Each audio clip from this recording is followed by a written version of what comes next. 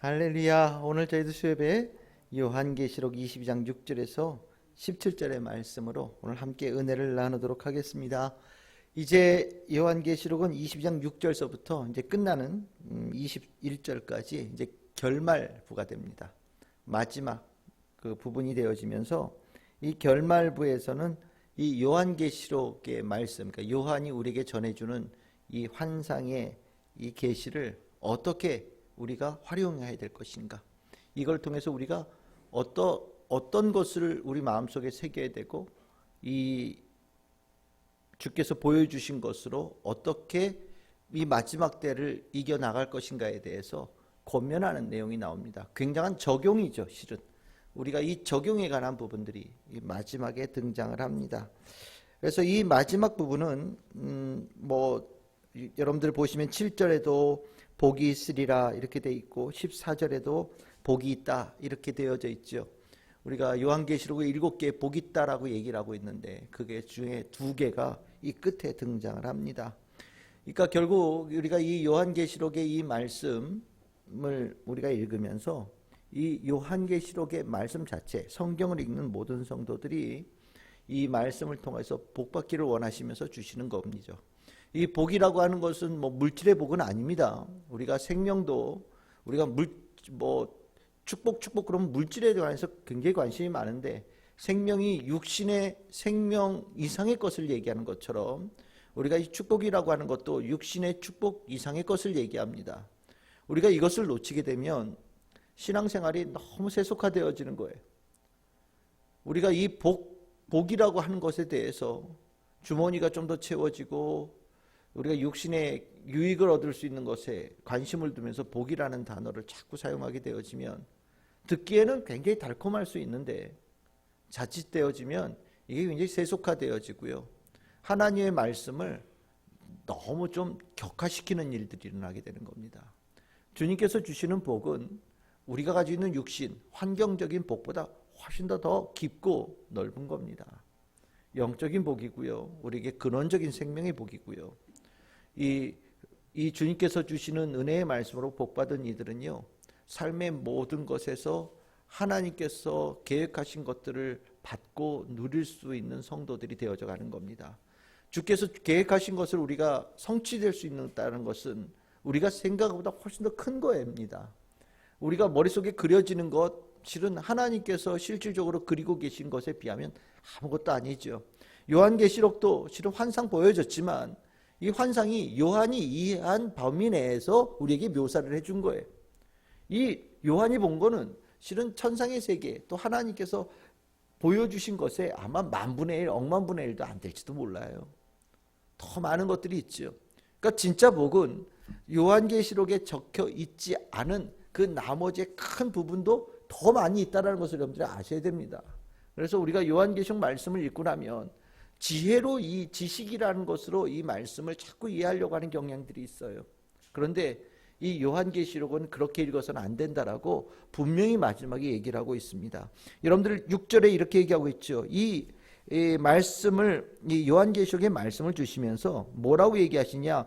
반드시 속히 되어질 일을 보이신 것이다 라고 얘기합니다. 반드시 속히, 그러니까 조만간에 반드시 이루어질 일을 우리에게 보여주셨다.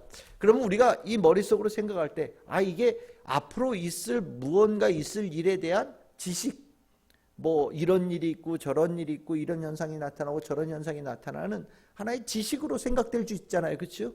우리가 점쟁이들한테 가가지고 점을 친다. 그러면 내일, 모레, 1년 뒤 있는 일에 대해서 우리가 궁금해서 물어보는 거잖아요. 그러면서 우리는 그것을 이렇게 어떻게 될지 안다라고 생각되어지면 우리가 미리 뭔가 힌트를 얻고 답을 얻은 사람처럼 지식을 얻은 것으로 내가 갖는단 말이죠. 근데 하나님께서, 예수님께서 요한계시록에 말씀을 주신 이유는 우리에게 지식을 얻으라고 이걸 주신 게 아니라는 거예요. 그럼 무엇이냐? 그 뒤에 나오죠. 7절입니다. 복이 있어요. 요한계시록의 말씀은 지식으로 주신 말씀이 아니라 이 예언의 말씀을 뭐 하라고요? 지키라고 주신 말씀이다. 이게 굉장히 중요한 겁니다. 지키라고 주신 말씀이다. 이 말씀을 붙잡고 합당한 믿음의 삶을 살라고 주신 말씀이라는 겁니다. 그러니까 우리가 요한계시록의 마지막에 있을 속히 반드시 이루어질 일들을 우리가 알았다면 이 말씀을 통해서 우리가 무언가 그 지혜를 얻었다면 그것으로 머물지 말고 우리는 경건한 신앙생활, 거룩한 자의 신앙생활, 의로운 자의 신앙생활을 계속해서 힘있게 가지고 가야 된다는 것을 가르쳐주기 위해서 주셨다는 겁니다. 그러니까 결국 우리가 하나님께서 우리에게 요구하신 이 거룩한 신앙생활은 하나님께서 늘 언제나 원하시는 거예요. 하나님께서 우리에게 무엇을 원하시느냐? 경건한 신앙생활을 원하시는 겁니다. 믿음에 걸맞는 신앙생활을 원하시는 거예요. 그거는 구약 성경서부터 신약 성경까지 계속해서 줄기차게 이어지는 큰 흐름이에요. 자꾸 근데 그 하나님께서 우리에게 분명하게 원하시는 것이 그 하나님의 뜻대로 행하고 살아가는 것이라는 것을 계속해서 성경에서 말하고 있음에도 불구하고 살아가는 거에 대해서는 조금 덜 관심을 기울이고 어떤 지식이나 지혜나 복받는 거에 대한 부분들, 내가 손에 뭔가를 쥐고 내가 뭔가를 더 많이 누리는 것에 대해서 훨씬 더 많은 관심을 가지고 보거든요.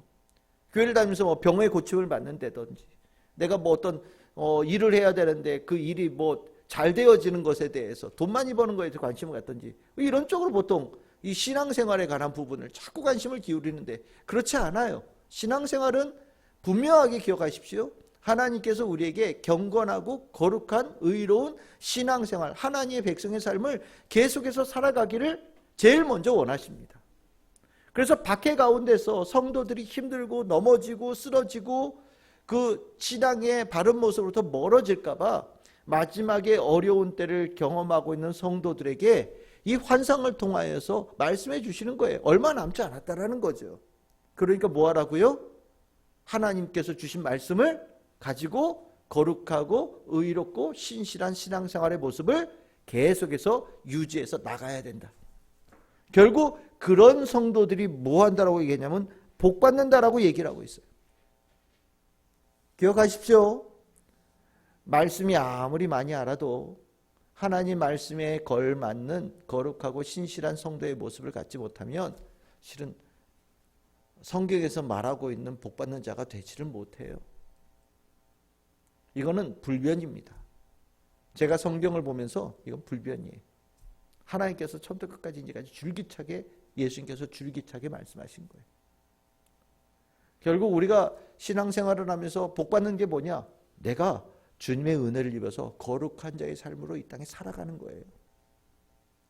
내가 이 땅에서 의로운 하나님 백성으로 살아가는 거예요. 내 안에 진리의 말씀을 품고 그 진리의 말씀이 이끌어가는 삶을 사는 거예요.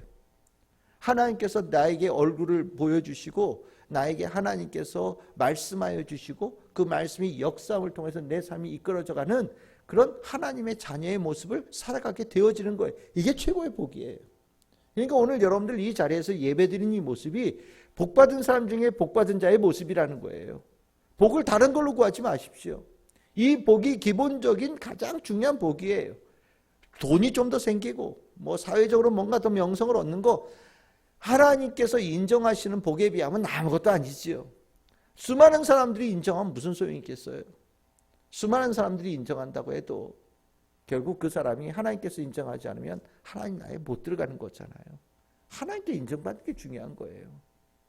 하나님께 인정받는 자는 지금 여러분들이 드리고 있는 이 예배의 모습이에요. 그리고 하나님 말씀 사모하는 자의 모습이에요. 주일날 말씀 나눈 것 따지면 주님 앞에서 잠잠하게 주의 말씀을 기다리고 듣고 그 말씀으로 살아가는 자의 모습을 갖는 거예요. 주께서 원하시는 모습이에요. 그래서 이 요한계시록을 통해서 우리에게 주시고자 하는 말씀이다. 그래서 이것이 연결되어져서 9절에 보면 이렇게 얘기하고 있죠. 이 이제 천사의 경배하는 얘기가 나오는데 천사가 막지요. 실은 이 성경에서 특히 신약 성경이 넘어오면서 천사 숭배에 관한 문제를 아주 단호하게 막습니다. 우리가 이제 캐톨릭이나 이런 데 보면 천사 숭배들이 있거든요. 뭐 천사님, 뭐 수호 천사 뭐 이러면서 천사에 대해서 이렇게 막 높이려고 하는 신앙생활의 모습들이 있어요. 일부가. 그런데 성경에서는 하나님 외에 그 어떤 존재에 대해서 숭배하는 것을 철저히 금지합니다. 그러니까 이거는 천사 얘기뿐만 아니에요. 그건 저도 매한가지입니다. 우리가 목사, 주님의 종이죠. 주님의 종은 주께서 쓰시는 사람이에요. 주님의 말씀을 전하니까 실은 존귀한 역할을 맡은 사람인 건 맞는데 그 존재를 경배하거나 숭배하거나 정말 특별하게 여기면서 뭐 진짜 뭐 누구 말로 뭐 그림자만 밟아도 복이 있고 이렇게 생각하시면 안 되는 거예요. 그거는 반신앙이에요. 하나님에 대한. 철저하게 신앙은요, 하나님 중심으로 가야 되는 거예요. 우리가 신앙의 열심 또 교회에 충성하는 모습을 보면서 그것을 목사나 교회 지도자들, 신앙의 지도자들에 대한 숭배로 연결시키면서 나타내려고 하는 경향들이 있거든요. 근데 그거는 단호하게 거부해야 됩니다. 단호하게 거부해야 돼요. 이걸 정말 조금 잘못해지면 이게 진짜 하나님 믿으면서 우상 숭배하게 되어지는 거예요. 그래서 우리가 교황 뭐 이렇게 제가 전에 말씀드렸죠. 캐톨릭에서는 교황 막 TV에 나온 막 사진 찍어서 뭐 그거 막 보여주면서 이것만 봐도 뭐 복 있고 뭐 이런 얘기들 합니다. 웃긴 얘기예요. 그러면 안 되는 거예요. 성경에 분명히 되어져 있어요. 그러니까 뭐 어떤 목사님을 봤더니 뭐 내가 복을 받았고 뭐 이런 얘기 여러분 하지 마십시오. 그거는 목사에게도 도움이 안 되고요. 하나님 앞에서 정말 이거는 크게 혼날 일이 되어지는 겁니다. 모든 영광은 하나님께만 올려지는 거예요. 중간에 일부러 그 얘기를 넣은 것 같아요. 요한계시록 안에서 많은 천사들이 나오면서 그 계시를 보여주는 중간자 역할을 하다 보니까 요한의 입장에서 봤을 때는 그 천사가 대단해 보이잖아요. 그렇죠? 그런데 의도적으로 절대로 그 모든 존재에 대해서 하나님의 숭배하고 경배하는 일은 철저하게 금지해야 된다. 이거는 가르치고 우리에게 가르쳐주고 있는 내용이에요. 어쨌든 그 내용이 끝나고 난 다음에 10절에 이렇게 얘기합니다. 예언의 말씀을 임봉하지 말아라. 때가 가깝다라고 얘기를 하고 있어요. 여기 이 예언의 말씀을 임봉하지 말라는 얘기는 무엇이냐. 우리 5장에서 그 두루마리가 풀려졌잖아요. 그렇죠? 비밀이 열려진 거예요. 그러면 이걸 갖다 믿는 자들에게만 이걸 갖다 이렇게 보여주고 그 다음에 이제 다시 이렇게 묶어가지고 세상에 비밀로 갈 거냐. 그렇지 않는다라는 거예요. 이건 알려진 비밀이고요. 이제 공개된 비밀이고요. 모든 사람들이 알아야 될 비밀이 되는 겁니다. 그러니까 이 요한계시록의 말씀이 요한에게 전달되어지고 교회에 전달되어지고 난 다음에 이 세상에는 비밀이라는 게 없는 거예요. 마지막에 모든 것까지 완전히 하나님의 모든 계획을 완전히 펼쳐놓으시고 한 사람이라도 하나님의 말씀을 듣고 이 요한계시록의 말씀을 들여서 하나님께 구원받는 자가 되어지기를 소망함으로 완전히 열어놨다라는 것을 꼭 기억하셔야 됩니다. 그러니까 우리가 이 묵시라고 하는 단어가 이게 갇혀있고 닫혀있고 어떤 비밀스러운 책이라는 인식이 자꾸 있어서 요한계시록의 말씀을 가지고 이렇게 일부 조금 이상한 데는 우리끼리만 아는 비밀로 자꾸 이걸 갖다 만들려고 그래요. 뭐 몇 월 며칠 어느 장소 뭐 이건 무슨 말씀인데 딴 데 가서 얘기하지 마세요. 뭐 이건 우리만 아는 말씀이 이런 식으로 자꾸 자기네들끼리만 알고 있는 비밀의 해석을 만들어 가려고 하는 경향들인데 그렇지 않습니다. 요한계시록의 말씀이 펼쳐지었을 때 이 말씀의 목적은 모든 사람들에게 이 비밀을 알려주라고 요한계시록의 환상을 주신 거거든요. 그러니까 여러분들이 이 말씀을 깨닫고 난 다음에는 우리가 가지고 있는 사명감이 있는 거죠. 전하고 알리고 우리가 이제 이 마지막 때에 있을 이 알려진 비밀을 모든 사람들이 다 심령에 깨달아서 마지막 때를 준비할 수 있도록 주님의 구원받는 자가 될 수 있도록 만드는 것이 우리에게 이 요한계시록을 준 중요한 목적이라는 겁니다.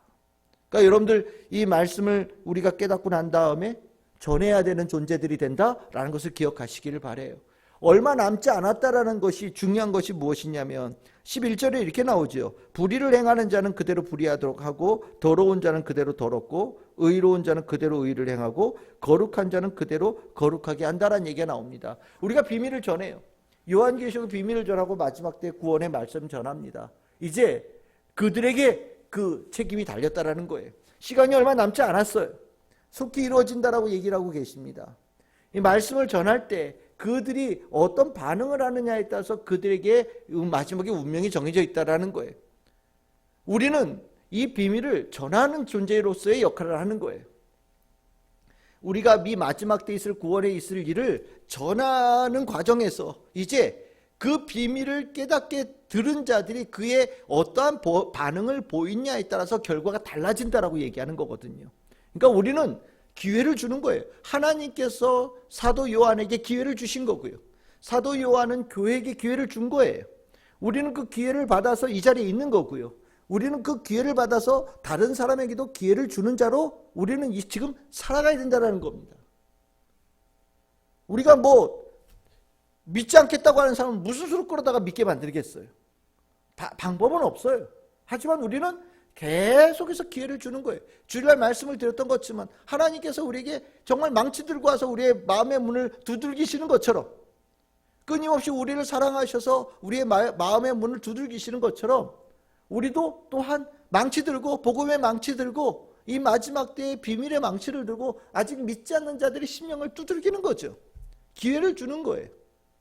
그 기회에 그들이 합당한 반응이 일어나기를 소망하면서. 그러니까 우리가 이 요한계시록의 말씀을 읽고 나면 내가 좀 더 열심히 복음을 전해야 되겠구나. 좀 더 두들겨야 되겠구나. 좀 더 다른 사람들의 기회를 한 번이라도 더 줄 수 있도록 최선을 다해야 되겠구나. 이런 생각을 갖게 돼야 되는 거죠. 제가 우리가 주일날 지금 장례를 몇 번 치르면서 교회를 실은 안 다녔던 분들이 교회에 처음 오신 분들이 몇 분 계셨던 거거든요. 오랫동안 교회 안 다니셨던 분들도 계시고. 그러면 아무래도 메시지가 혹시나 이게 이번의 설교가 그분들에게 좋은 기회가 되기를 소망하면서 설교할 수밖에 없게 되더라고요. 한 번이라도 이 어렵게 온 기회를 놓치지 않았으면 하는 바람에 말씀을 전하게 되는데, 저도 그런 마음이지만 아마 여러분들이 사랑하는 친구들이나 가족들이나 친척들을 만나면 그런 마음들을 아마 여러분들 분명히 가지실 거라는 생각이 들어요. 맞아요. 그 마음 가졌다는 것은 하나님 성경 말씀 잘 읽었다는 표식입니다. 여러분들이 기회를 제공하는 자로서 계속해서 살아갈 수 있기를 소망합니다. 이제 그리고 나서 나오는 얘기가 무엇이냐? 14절입니다. 14절에 우리가 이 말씀을 읽으면서 뭘 해야 되냐? 14절에 자기 두루마기를 빠는 자들은 복이 있다, 이런 얘기를 합니다.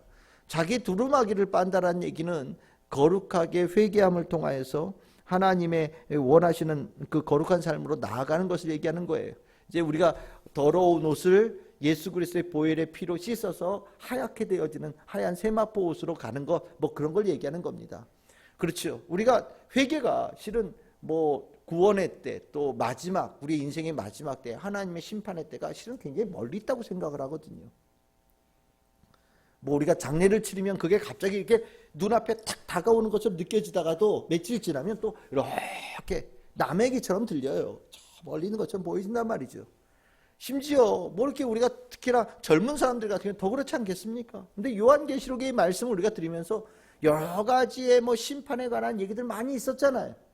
이런 말씀을 들으면서 어떤 생각이 드냐? 이게 언제 있을지 모르는 일이고요. 속힌다는 얘기니까 멀리 있을 거라고 생각하는 그 일을 내 눈앞으로 확 당겨주는 역할을 이 요한계시록의 말씀이 하는 거거든요. 언제 뿌옇게 보이던 것을 확실하게 보이게 만들고 멀리도 보이던 것을 내 눈앞에 보일 수 있도록 만들어주는 역할이 요한계시록의 이 환상의 역할이거든요. 그러면 이 환상을 이렇게 우리가 듣고 보면서 어떤 마음을 가져야 되느냐? 이 안에 멀리 있어서 준비 안 했던 성도들은 준비해야 되겠다는 마음을 갖게 되어지고, 하나님께서 이 징계하실 때 하나님께서 품에 안으시는 하나님의 백성이 되어야 되겠다는 결단을 갖게 되어졌잖아요. 그게 무엇이냐? 회개의 마음이라는 거죠. 거룩한 백성으로 살아가기를 소망하는 자, 예수 그리스도의 복음으로 죄 사함을 받는 자로 살아야 되겠다는 결단. 이러한 결단을 가진 자들에게는 오늘 14절의 끝에 뭐라고 얘기합니까? 성에 들어갈 수 있는 권세를 받는다라고 얘기해요. 거룩한 성 예루살렘 얘기하는 겁니다. 하나님께서 그들을 품에 안으신다라는 거죠. 하지만 이 말씀을 듣고도 귀담아 듣지 않고 세상에 멸망할 그런 세상의 권세를 쫓아다니고 음행하고 666표를 맞는다든지 예를 들어서 세상의 어떤 이해관계 속에서 세상과 어울리면서 믿음에 등을 지는 자들 이런 경우들은 어떻게 되느냐? 여러분들 15절 끝에 뭐라고 되어 있습니까? 성 밖에 있는다라고 얘기하죠. 실은 이제 마지막 때는 인생이 딱 두 가지로 나누어지는 거예요. 성 안에 있는 자, 성 밖에 있는 자입니다.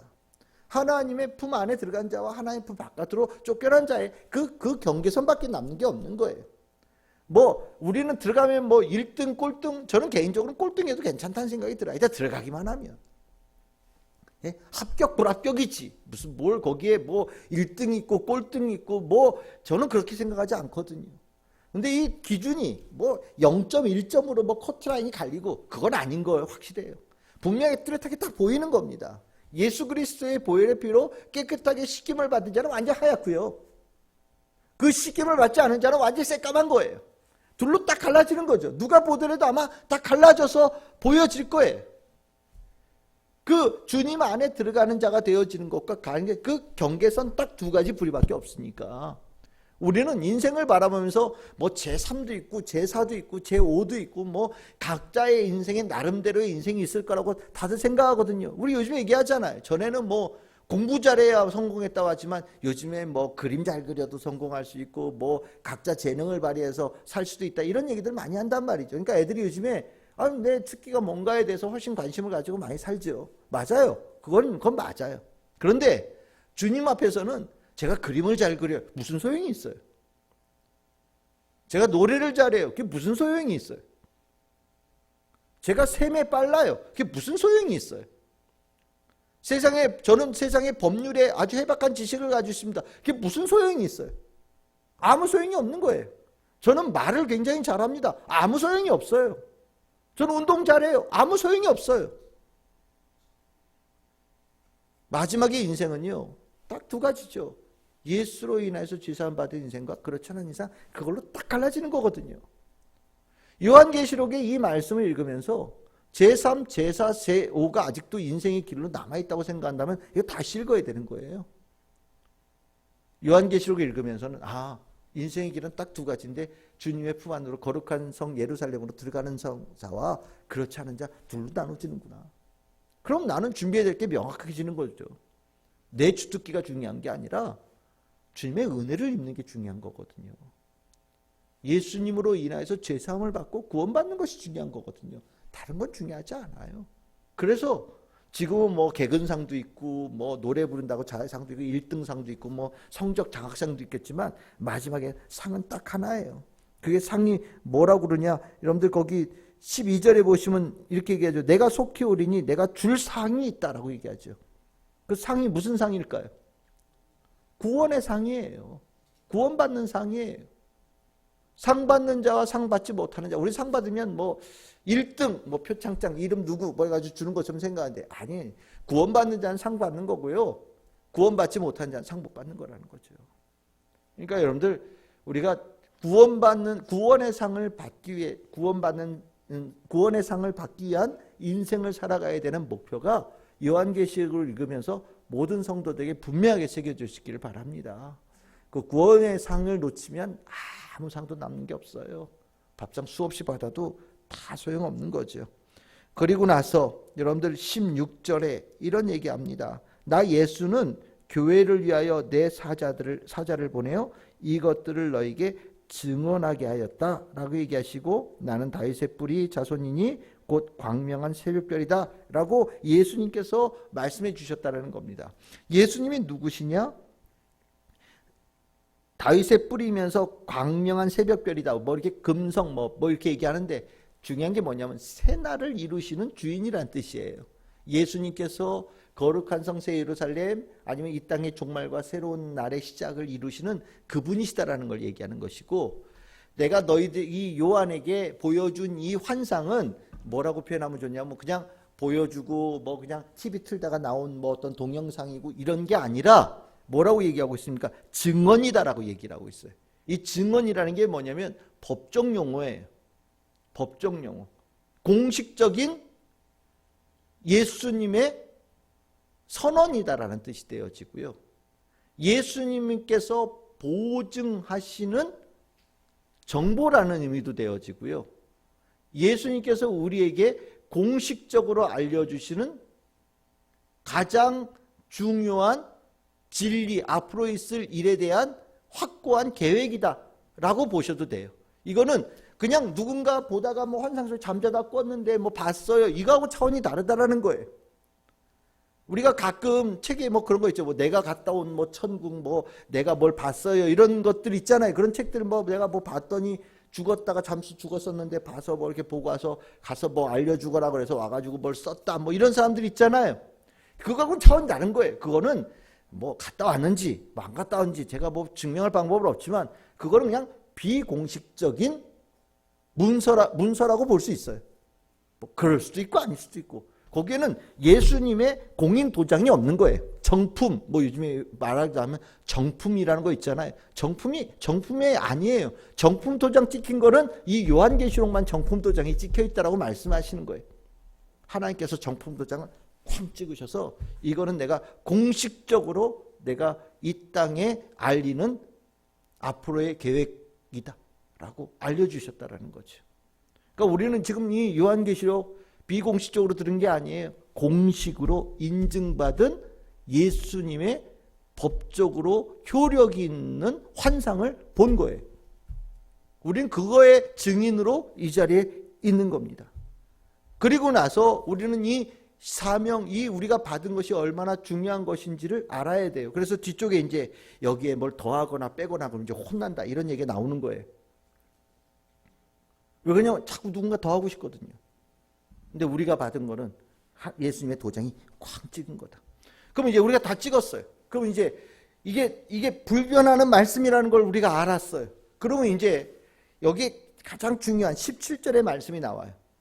우리가 이렇게 공식적으로 받은 이 말씀에 대해서 우리는 이제 아까 복음을 이게 누군가에게 기회를 주는 자로 이렇게 우리가 살아야 되는데, 그 이제까지 있었던 말을 세계에 오라라는 말로 정리를 하고 있어요. 17절 보십시오. 성령과 신부가 말씀하시기를 오라 하시는도다. 듣는 자도 오라 할 것이요 목마른 자도 올 것이다. 이렇게 얘기하고 있죠. 그러니까 이게 오라라고 하는 말이 3번 나오는 거예요. 그러니까 우리가 이 요한계시록의 말씀을 이렇게 읽으면서 이게 하나님께서 우리에게 주신 공식적인 문서고 공식적인 증언이고 공식적인 계획이고, 그리고 하나님께서 우리에게 주신 기회고, 이 기회를 통해서 우리가 또 누군가에게 복음을 전해야 되는 그 기회를 전하는 자로 살아가야 된다라고 우리에게 주셨으면 우리의 심령 안에 세계에 오라라고 하는 이 말씀이 새겨져 있는데, 첫 번째 오라라고 하는 것은요, 이렇게 표현한 게 좋다고 얘기합니다. 오시옵소서라는 거죠. 오라라고 하는 게 이게 다른 분에게 얘기하는 게 아니라 예수님 오시옵소서라고 말할 수 있는 성도들이 돼야 된다라는 거예요. 우리 마라나타라고 얘기하잖아요. 예수여 오시옵소서, 오시옵소서. 주님 오시옵소서. 얼마나 멋있어요. 새하늘과 새 땅이 이루어지면서 완전히 정말 아름다움의 극치의 모습으로 있는데 안 기다릴 사람이 누가 있겠어요. 만약에 이 말씀을 들었음에도 불구하고 기다리지 못한다면 이상한 사람이죠.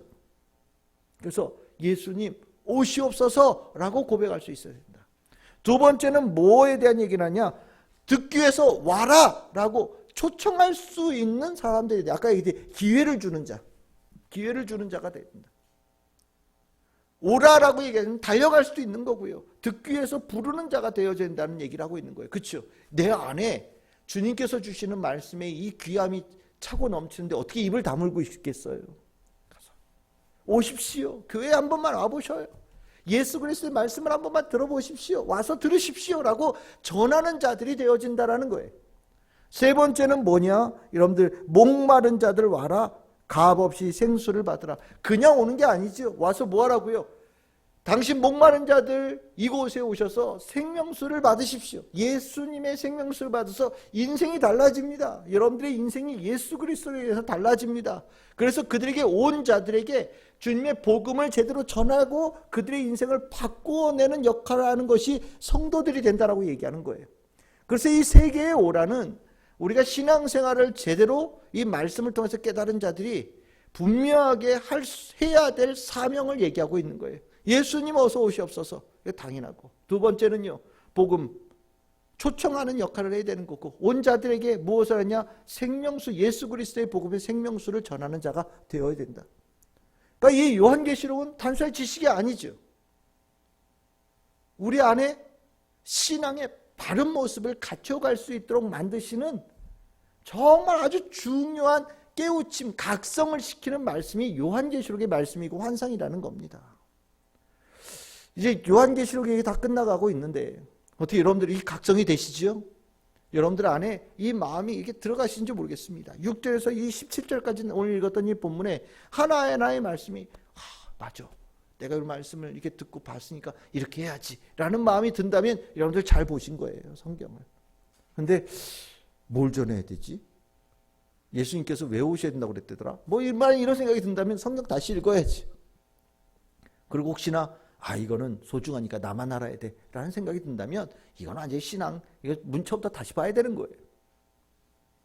요한계시록은 우리를 바른 신앙으로 이끌어가요. 많은 이단들이 이 요한계시록 가지고 성도들을 그런 길로 이끌어갔어요. 실은 성경 제대로 읽으면 그렇게 가면 안 되죠. 그게 나오잖아요. 요한계시록의 말씀이 신앙생활을 얼마나 바르게 이끌어갈 수 있는 아주 귀한 말씀입니까? 분명히 얘기하고 있잖아요. 그러니까 우리가 요한계시록의 말씀을 더 사랑해야 돼요. 건강하게 사랑해야 됩니다. 이상하게 사랑하는 게 아니라 내 신앙생활을 다시 한번 각성시키고 바르게 세워가고 하나님의 말씀을 잘 지켜가는 거룩한 백성으로 나아가게끔 만드는 그런 말씀으로 여러분들이 요한계시록의 말씀을 늘 마음에 품으시고, 여러분들이 오늘도 내 눈앞에 주님께 주신 이 분명한 이 진리의 말씀을 가지고 이 땅에서 거룩한 백성, 의로운 백성, 신실한 하나님의 자녀로 살아가는 우리 성도들 다 될 수 있기를 주님의 이름으로 축복합니다.